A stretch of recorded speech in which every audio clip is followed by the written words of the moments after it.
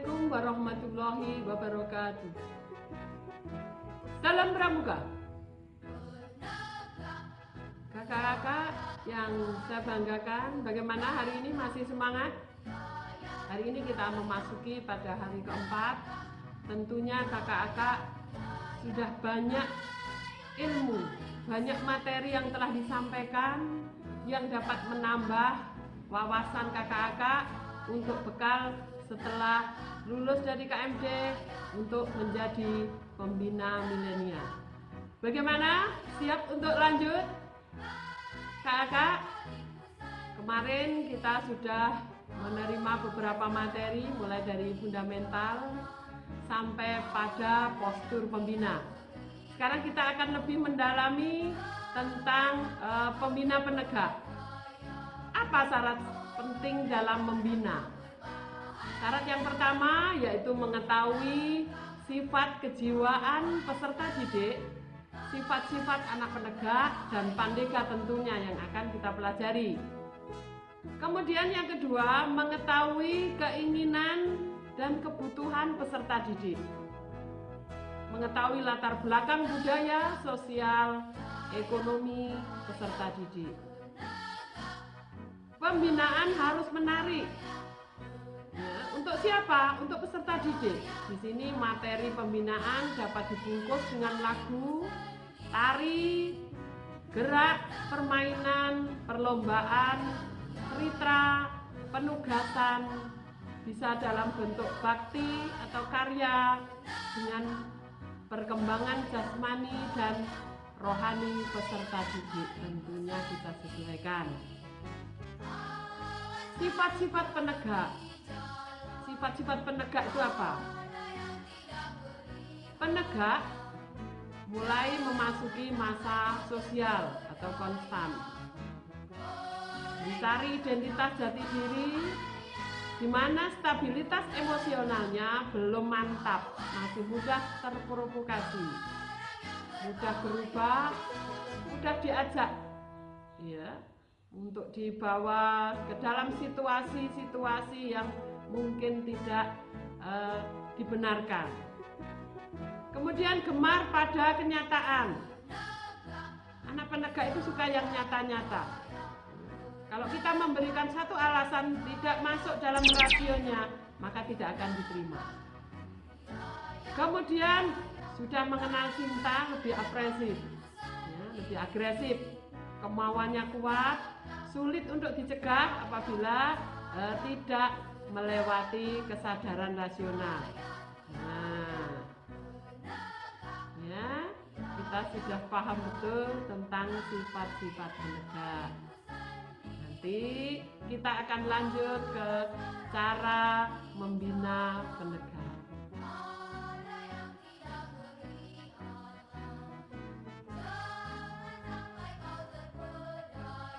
Bagaimana cara membina penegak?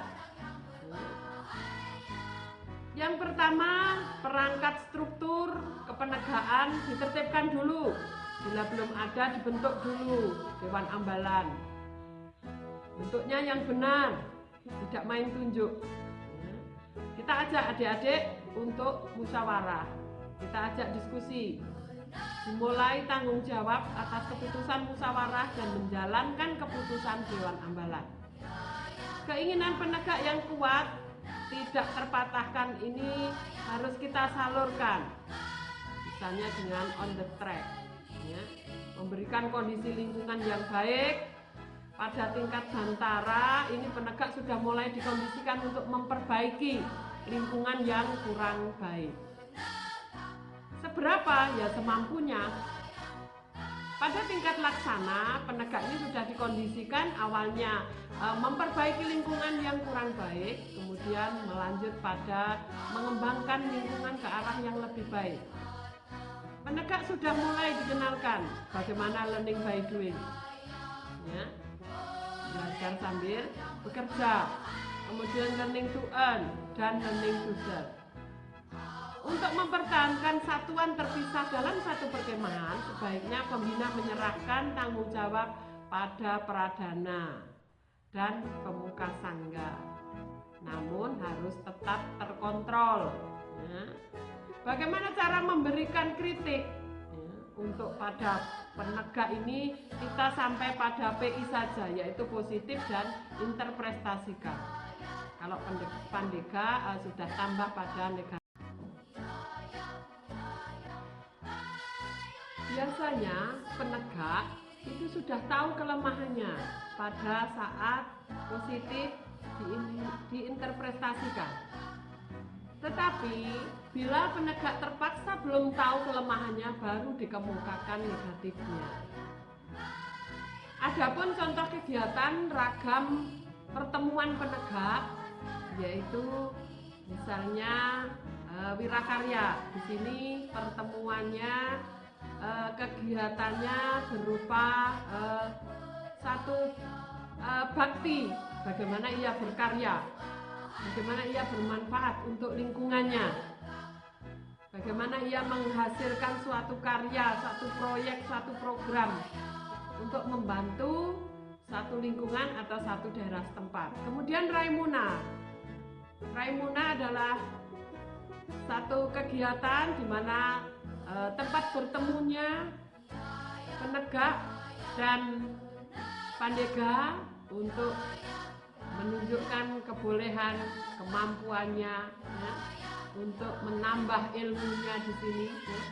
Ada lagi LPK, kemudian Peransaka, Pertisaka maupun KPDK atau kursus pengelolaan Dewan Kerja.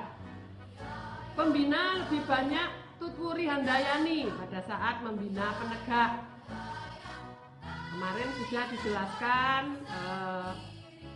Ngarso Sungtulodo itu lebih banyak pada siaga. Kemudian Inmadio Mangunkarso lebih banyak pada penggalang untuk ikut serta terjun langsung, mengikuti, memberi motivasi. Kemudian yang terakhir Tutwuri Handayani untuk penegak. Kita berada di belakang, memberikan motivasi, memberikan dorongan, ya. Karena kehadiran orang dewasa dalam satu kegiatan itu tetap harus ada sesuai dengan metode kepramukaan. Kakak, di sini akan saya singgung sedikit tentang sifat-sifat pandega, meskipun sifat-sifat pandega ini pada umumnya sudah ada pada sifat-sifat penegak. Tetapi pandega ini lebih berkonsentrasi pada kelompok diadik atau triadik, jadi 2 sampai 3. Jarang sekali pandega ini berkelompok lebih dari 5, 8 atau bergerombol, tetapi dia lebih banyak ke diadik sama triadik. Maka dari itu untuk reka itu bisa dibentuk cukup dengan 2 sampai 3. Ya, sudah bisa mulai dibentuk, ya, meskipun bisa juga lebih dari 2 ataupun 3. Dalam berhubungan dengan lain jenis, pandega ini tidak seagresif penegak, tetapi lebih terbuka dibandingkan dengan penegak. Untuk mempertahankan satuan terpisah di perkemahan, pembina cukup menyerahkan tanggung jawab kepada pradana, ya, dan penyadaran umum dalam apel pagi atau apel malam menjelang tidur. Biasanya mereka sudah saling kontrol, tapi sering terjadi kalau ada penyimpangan di antara mereka saling melindungi pada norma atau nilai yang dianggap sebagai nilai baru. Sebenarnya siapa sih penegak itu? Penegak adalah pramuka yang berumur 16 sampai dengan 20 tahun. Satuan terkecilnya adalah sangga, jumlahnya 5 sampai dengan 8. Pimpinan sangga, pinsa, kumpulan sangga, ya. Ambalan, untuk pimpinan ambalan adalah pradana. Nama sangga itu pada makna, pada kiasan dasar, ya. Perintis itu terjadi pada sejarahnya tahun 1908 sampai 1927. Kemarin saya jelaskan sama Kak Siran. Kemudian penegas 1927 sampai 35, mencoba 35 sampai 42, masa perjuangan kemerdekaan pendobrak 42 sampai dengan 45, masa pelaksana tahun tahun 1945 sampai dengan zaman sekarang ini. Ya.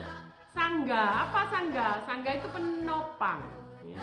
Ambalan itu dalam artian terus-menerus diambal-ambal.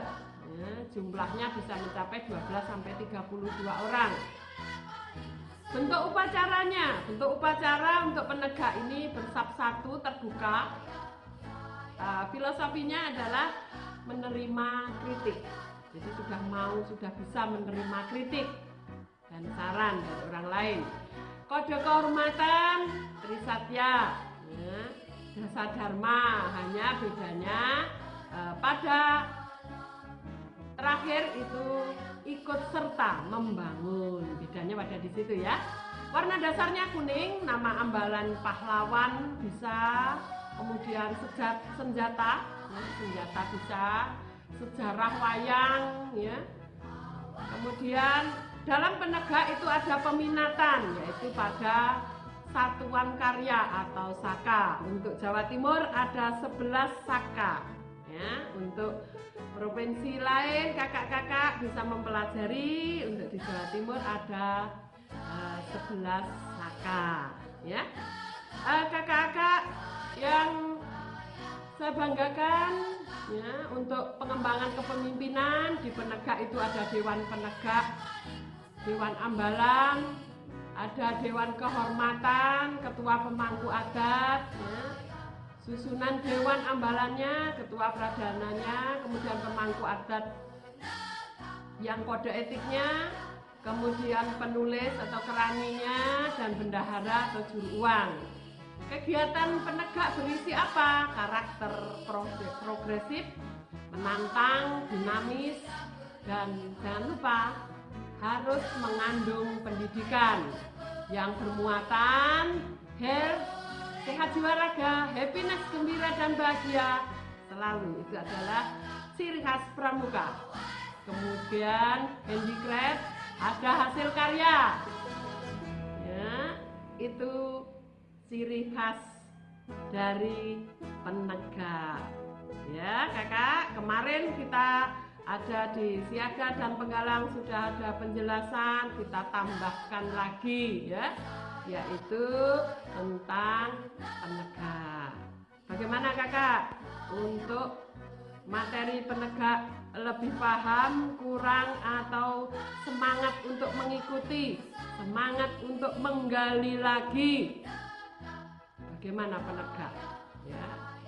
Di sini pembina bertindak sebagai penghubung antara sistem, artinya apabila ada materi-materi latihan yang diinginkan oleh penegak dan penegak ya, tidak dikuasai oleh pembinanya, maka pembina mencari keluar outsourcing. Ini untuk Pandiga. Sungguh pun bisa saja meminta pada anggota Pandiga untuk mencarinya sendiri sekaligus bertindak sebagai penghubung antar sistem. Ini sedikit saya masukkan tentang Pandiga ya. Kakak-kakak, pramuka harus dibina sesuai dengan minat untuk mengabdi dan berkarya. Maka dari itu melalui proses dimulailah pada penegak ini learning by doing, belajar sambil bekerja. Kemudian learning to earn, belajar untuk mencari penghasilan. Dan earning to life, penghasilan untuk hidup. Living to serve, kehidupan bekal mengabdi. Yang terakhir learning by teaching, bekerja sambil mengajar. Bagaimana kak? Lebih banyak yang didapatkan lagi. Sekarang tugasnya mengapa dalam membina kita harus memahami dunia atau jiwa peserta didik yang kita bina. Yang kedua, sebutkan perangkat struktur kepenegaan ya, struktur kepenegaan. Jelaskan, ini maksudnya adalah struktur kepenegaan, perangkatnya saja di dalam gugus depan. Yang terakhir, dalam membina pramuka penegak, peran pembina lebih banyak pada Tutpuri Handayani. Apa maksudnya? Jelaskan. Bagaimana kakak? Paham ya dari materi awal sampai akhir sehingga tugas akan dapat diselesaikan oleh kakak-kakak semuanya. Semangat, tetap berinovasi, berkreasi, dan berkarya meskipun pada masa pandemi. Pramuka tetap dapat melaksanakan kegiatannya bagaimanapun keadaannya. Pramuka bisa menyesuaikan. Kalau tidak bisa bertatap muka, virtual juga bisa. Kalau tidak bisa melaksanakan kegiatan langsung, daring juga bisa. Kita lebih banyak pada pendidikan karakter untuk pramuka. Pada saat ini, saat pandemi, yang dibutuhkan adalah pendidikan karakter. Bagaimana kita membentuk karakter anak-anak? Karakter adik-adik pada saat di rumah tetap percaya diri, tetap mandiri, bisa menyelesaikan semua masalah, bisa bertanggung jawab, dan dapat dipercaya atas semua tindakannya. Assalamualaikum warahmatullahi wabarakatuh. Salam Pramuka.